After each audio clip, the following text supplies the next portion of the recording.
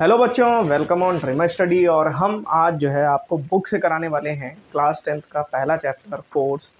आप लोग अच्छे से देखिएगा, समझिएगा और जितनी भी बातें हैं सारी हम डिस्कस करेंगे अच्छे से, एकदम से जितना अच्छे से हो सकेगा उतना अच्छे से। क्लियर? चलिए। अच्छा, सबसे पहले हम बात करेंगे, यहाँ पर पहली हेडिंग है, हमसे बोला गया है ट्रांसलेशनल एंड रोटेशनल मोशन। ठीक है ना। अब यहाँ पर ट्रांसलेशनल मोशन क्या होता है, इसको हम लोग लीनियर मोशन भी बोलते हैं। जैसे एक बॉल है ना, लीनियर मोशन की बात करें तो एक बॉल है, जब हमने इस पर फोर्स लगाया F तो ये लीनियरली मूव कर गई, है ना। बॉल ऐसे मूव करती चली जा रही है। क्लियर? अच्छा, एक यहाँ पर एक और बॉल है या कुछ भी ले लेते हैं, व्हील टाइप है, हमने उसको बीच से पाइवोट कर दिया और जब हमने फोर्स लगाया तो ये जो है क्या हुई, रोटेट हो गई। तो इसको हमने बोल दिया रोटेशनल मोशन और इसको बोल दिया लीनियर मोशन और ट्रांसलेटरी मोशन। ट्रांसलेटरी मोशन, इतनी बात समझ आई होगी। जब भी कोई बॉडी पाइवोट है सेंटर से, है ना, और हमने उस पर फोर्स लगाया तो यहाँ पर क्या हो जाएगा, आपका रोटेट करना वो चीज़ शुरू कर देगी, लीनियरली मूव नहीं करेगी, क्योंकि क्या हो गई है ना, वो एक तरीके से क्या हो गई है, यहाँ पर पाइवोट हो गई है। अच्छा, जैसे आप देखते होंगे, जैसे आप बाइक चलाएं या फिर बाइसिकल में, तो आपका जो व्हील है वो क्या कर रहा है, लीनियर भी मूव कर रहा है और रोटेट भी कर रहा है सेम टाइम पे। ठीक है ना, रोटेट भी कर रहा है, रोटेट पाइवोट होने की वजह से, और लीनियर आगे की तरफ मूव करता चला जा रहा है।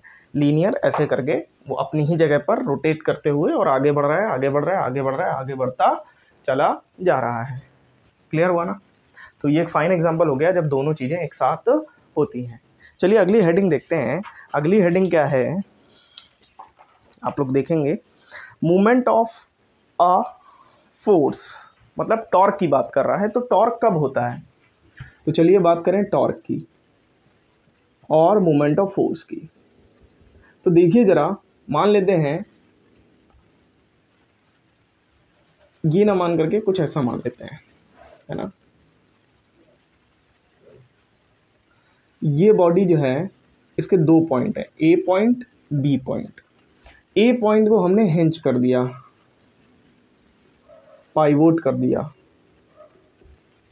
या फिर कहें तो एक जगह पर फिक्स्ड कर दिया। क्या कर दिया? फिक्स्ड कर दिया। क्लियर? और इससे कुछ दूरी पर हमने इस पर परपेंडिकुलरली जो है फोर्स लगा दिया। ठीक है, या फिर हमने इस पर फोर्स लगा दिया परपेंडिकुलरली, इसके परपेंडिकुलरली डिस्टेंस पर हमने क्या लगाया, फोर्स लगाया। तो जब हमने फोर्स लगाया तो ये बॉडी धीरे धीरे धीरे धीरे यहाँ से ऐसे क्या हुई, मूव करना शुरू हो गई, है ना। और ये क्या करने लगी, रोटेशन करने लगी। क्लियर ना? क्लियर ना? अब जैसे एक चीज़ जरा ध्यान से, अगर ये पाइवोट ना होती तो हम इस पर फोर्स लगा दे तो ये रोटेशनल मोशन ना करके ये करती लीनियर मोशन। समझ रहे हैं ना आप लोग? समझ रहे हैं? अच्छा, एक चीज़ और भी है, टॉर्क और मूवमेंट ऑफ फोर्स। किसी भी बॉडी, अब देखिए, जब भी किसी बॉडी में टॉर्क और मूवमेंट ऑफ फोर्स की बात हो रही होगी, है ना, तो वो क्या बात हो रही है, रोटेशन के बारे में बात हो रही है। ठीक है ना, फिर से ध्यान से समझिएगा, जब भी किसी बॉडी में टॉर्क और मूवमेंट ऑफ फोर्स की बात हो, दोनों सेम ही होते हैं, तो वहाँ पर किसकी बात हो रही है, वहाँ पर बात हो रही है रोटेशन के बारे में। अब मूवमेंट ऑफ फोर्स का फॉर्मूला क्या होता है, जरा ध्यान से देखिएगा। मूवमेंट ऑफ फोर्स का फॉर्मूला होता है R क्रॉस F। अब ये हमने थोड़ा लिख दिया वेक्टर फॉर्म में, जो कि आपको आगे जा करके पढ़ना है। Tau is equals to R cross F, लेकिन ये 10th वालों के लिए नहीं है। आप लोग लिखिए, movement of force is equals to force into perpendicular distance. ठीक है ना, फोर्स इंटू परपेंडिकुलर डिस्टेंस। हम आपसे एक सवाल पूछते हैं कि अगर हम ए बी पॉइंट पर फोर्स लगा रहे थे और अगर हम ए पॉइंट पर ही फोर्स लगाने लगे, मतलब कि परपेंडिकुलर डिस्टेंस क्या हो गई, इस समय परपेंडिकुलर डिस्टेंस हो गई 0, तो क्या मोमेंट ऑफ फोर्स होगा? बताइए, क्या मोमेंट ऑफ फोर्स होगा? नहीं होगा। ठीक है, मान लेते हैं हम फोर्स यहीं पर लगा रहे हैं, लेकिन फोर्स लगा रहे हैं 0 न्यूटन। क्या लगा रहे हैं हम? 0 न्यूटन। तो हमारा मोमेंट ऑफ फोर्स क्या होगा, बताएंगे जरा? तब भी 0 होगा। अब फोर्स ही मतलब 0 न्यूटन, क्या फोर्स ही नहीं लगा रहे एक तरीके से हम लोग, है ना। चलिए, अच्छा, एक और कंडीशन होती है जब हमारा मोमेंट ऑफ फोर्स 0 होता है। अब अभी तक हम परपेंडिकुलर डिस्टेंस पर फोर्स लगा रहे थे, अब अगर हम इस तरीके से फोर्स लगाने लगे, ठीक है, पाइवोट पॉइंट के परपेंडिकुलर फोर्स लगाने लगे, मतलब कि हम फोर्स ऐसे ना लगा करके ऐसे लगाने लगे। जैसे मान लीजिए ये है, अभी आपको समझ आएगा, ये पाइवोट है इस जगह से, समझिएगा। हम फोर्स यहाँ से लगाएंगे तो आपको पता है ये रोटेट कर जाएगी, लेकिन अगर हम इस तरीके से फोर्स लगाएं, इस तरीके से लगाएं, लगाते रहें, क्या ये रोटेट करेगी? बताइए, नहीं करेगी ना। तो एक ऐसी कंडीशन भी है जब हम क्या करेंगे, पाइवोट पॉइंट के कैसे परपेंडिकुलर फोर्स लगाएंगे, है ना। When we apply perpendicularly force, है ना, on a pivot point, so there is no moment of force. Moment of force क्या होगा? 0 होगा इस कंडीशन में भी। समझिए आप इस बात को, इस तरीके से अगर लगा रहे हैं तो ये रोटेट नहीं करेगा। चलिए, अच्छा, इस बात को तो हमने समझ लिया होगा। इसमें नीचे दिया भी गया है कि factors affecting the turning of a body. चलिए, अच्छा, बुक को उठा लेते हैं और आपसे एक एक पॉइंट डिस्कस करते हैं। तो पहला पॉइंट इसमें बोल रहा है, हम आपको पढ़ करके सुनाते हैं, the magnitude of the force applied, and दूसरा पॉइंट बोल रहा है the perpendicular distance of the line of action of force from the axis of rotation. ठीक है ना, from the axis of rotation. यहां से एक्सिस ऑफ रोटेशन से ये क्या हो रहा है, परपेंडिकुलरली अगर हम फोर्स लगाएंगे, ये परपेंडिकुलर डिस्टेंस होगा, तभी ये क्या करेगा, मूव करेगा, है ना। और अगर हम इसके परपेंडिकुलर लगाने लगेंगे तो यहाँ पर बॉडी क्या करेगी, मूव नहीं करेगी। आपको समझ आ गया होगा वैसे, अब इतना जो है बताने का ज़रूरत नहीं है।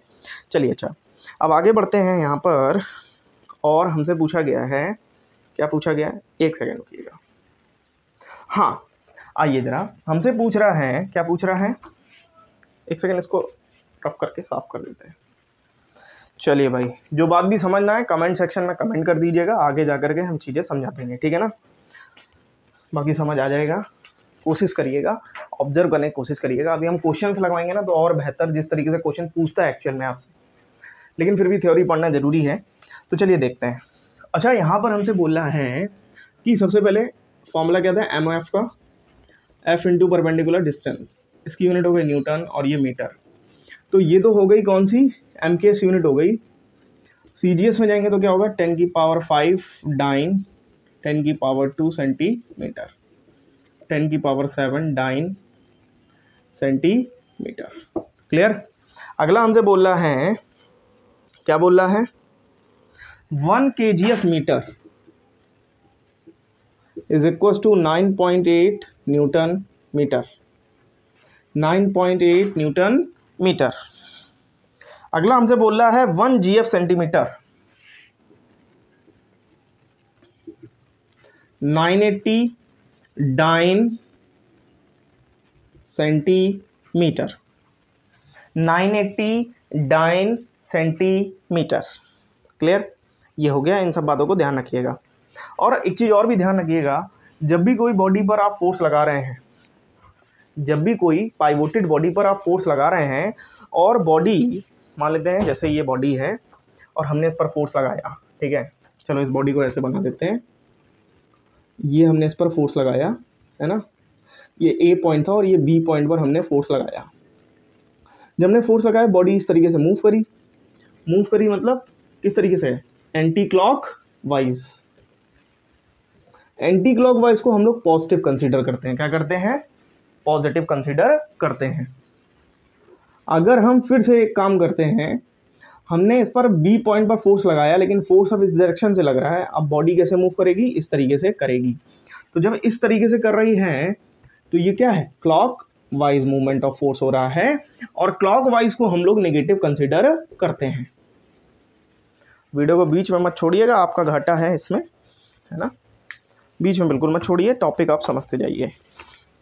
चलिए, अच्छा, तो समझ गए होंगे आप लोग इस बात को कि जब भी बॉडी एंटी क्लॉकवाइज मूव करेगी तो पॉजिटिव। डायरेक्ट क्वेश्चन पूछा गया एमसीक्यू में कि बताइए किस तरीके से क्या है चीज़ें, है ना। चलिए, अच्छा, इन्होंने कुछ कॉमन एग्जांपल्स भी दिए हैं मूवमेंट ऑफ फोर्स के, जैसे कि दरवाजे का खुलना। जैसे अब दरवाज़ा जो है, दरवाज़ा होता है, दरवाजे के हैंडल पकड़ करके हम लोग उसको क्या करते हैं? खोलते हैं। तो ये इन्होंने एग्जांपल दिया है। और क्या दिया है? जैसे पहले ज़माने में क्योंकि आटे की चक्की जो है होती नहीं थी, होती होंगी मतलब बहुत कम होती होंगी, तो लोग अपने घरों में आटा पीसते थे। इस तरीके से हैंड ग्राइंडर करके ऐसे लगा रहता था और उसको ऐसे ऐसे करके चलाते थे, ठीक है ना। समझ रहे हैं ना? कुछ इस तरीके से होती थी, इस तरीके से, है ना। और ये करके यहाँ पर एक वो लगा रहता था, है ना, इस तरीके से, और इसको ऐसे ऐसे करके हम लोग क्या करते थे? चलाते थे। तो ये हो गया, इससे आटा पीसते थे, और भी तमाम सारी चीज़ें। तो ये और भी कई सारी चीज़ें हैं, है ना। जैसे बाइसिकल में आप लोग देखते होंगे हमारे पास जो है 2 एक्सल होते हैं। एक फुट पेडल के पास एक्सल होता है और एक होता है रियर गियर, मतलब कि रियर व्हील जो पीछे छोटा सा होता है। दोनों भी किसको फॉलो कर रहे हैं? दोनों मूवमेंट ऑफ फोर्स को फॉलो कर रहे हैं। इन सब बातों को बहुत ध्यान से पढ़िएगा, ये एग्जांपल्स, और यहाँ से क्वेश्चन डेफिनेटली आपसे पूछा जाएगा, ठीक है ना। बाकी क्वेश्चन किस तरीके से पूछा जाएगा वो हम डिस्कस कर लेंगे, बट हमने आपको केवल इशारा कर दिया। अब जैसे स्पैनर है, ये क्वेश्चन भी पूछा गया है। रिंच आप देखते होंगे, रिंच जो होती है किस तरीके से होती है? अच्छा, रिंच अगर मान लेते हैं ये है और ये यहाँ पर कुछ हमने फोर्स मतलब बोल्ट को ओपन कर रहे हैं। रिंच का जितना परपेंडिकुलर डिस्टेंस, मान लेते हैं कि ये 1 मीटर है और फोर्स यहाँ पर लग रहा था 20 न्यूटन का इस बोल्ट को ओपन करने में, ठीक है ना। अब हमने आपसे बोला कि बताओ कोई एक जो है ऐसी तरकीब बताओ जिससे कि ये 20 न्यूटन फोर्स ना लगे। तो आपने कहा सर ऐसा तो जो है कुछ भी नहीं है हमारे पास, है ना। हमने कहा बेटा आपने चैप्टर पढ़ रखा है, तो F into perpendicular distance 20 into 1 it means 20 newton metre. हमने कहा कि बेटा कितना मूवमेंट ऑफ फोर्स चाहिए? 20 न्यूटन मीटर चाहिए। ये मूवमेंट ऑफ फोर्स हमको चाहिए, है ना। चलिए, तो अब फोर्स हम इतना नहीं देना चाहते, 20 न्यूटन का फोर्स हम नहीं देना चाहते, इतनी ताकत नहीं लगाना चाहते। तो हमने क्या किया? हमने बोला कि अगर हम इसको 2 मीटर का कर दें, ऐसे ही एक सजेशन है कि अगर इसको 2 मीटर का कर दें, है ना, हैंडल को, तो बताओ कितना फोर्स लगेगा? तो क्या होगा? मूवमेंट ऑफ फोर्स तो 20 न्यूटन मीटर ही होगा, क्योंकि बोल्ट तो इतने में खुल जाएगा, है कि नहीं। F into perpendicular distance, perpendicular distance कितनी है? 2 मीटर। इससे इसको डिवाइड में भेज देंगे तो क्या होगा? 20 न्यूटन मीटर अपॉन में 2 मीटर। इससे इसको कैंसिल किया, इससे इसको किया, तो 10 न्यूटन निकल करके आ गया। मतलब कि जो पहले काम 20 न्यूटन में हो रहा था बोल्ट को ओपन होने का, स्पैनर का हैंडल दोगुना करने से उसकी जो फोर्स है वो आधी हो गई। अब फोर्स कितनी लगेगी भाई? F डैश बोल देते हैं या F बोल देते हैं, 10 न्यूटन फोर्स ही लगेगी। जो फोर्स 20 न्यूटन लग रही थी अब वो 10 न्यूटन ही लगेगी। आई होप आपको मेरी सारी बातें समझ आई होंगी, और यही सारी बातें हैं। बाकी यहाँ पर अगला जो टॉपिक है कपल है, तो कपल हम पढ़ेंगे नेक्स्ट वीडियो में, ज़्यादा लेंथी नहीं करेंगे इसको। आप लोग देखते रहिए। फिर से मैं बोल रहा हूँ कि वीडियो आप लोग देखेंगे तो आप लोग के लिए बहुत इफेक्टिव होने वाला है, और हम आप लोग के लिए सारी जितना भी सिलेबस है सब कंप्लीट करेंगे, एक एक क्वेश्चन कंप्लीट करेंगे, इतना प्रैक्टिस करा देंगे कि आपको फिजिक्स में से बाहर करने का कुछ ज़रूरत नहीं पड़ेगा। लेकिन यहाँ पर लेकिन एक वर्ड हमने जोड़ा है, वो ये है कि आप लोग को वीडियो रेगुलर बेसिस पे देखनी होगी और सपोर्ट करना होगा खुद का और हमारा भी। खुद का इन द सेंस जब वीडियो देखेंगे तो आपको नॉलेज होगी, और हमारा इस तरीके से कि जब हम वीडियो बनाएंगे तो कोई ना कोई देखने वाला होना चाहिए तो वो आप लोगों का। चलिए खैर, ये तो एक मजाक था, लेकिन चलिए आगे बढ़ते हैं। तो यही कहेंगे कि हम आपसे क्वेश्चंस जब हम आपसे डिस्कस करें तो आपको और इंटरेस्ट आएगा, ठीक है ना। अभी टॉपिक डिस्कस कर रहे हैं, फिर क्वेश्चंस डिस्कस करेंगे। ओके, मिलते हैं नेक्स्ट वीडियो में। इस वीडियो में इतना ही।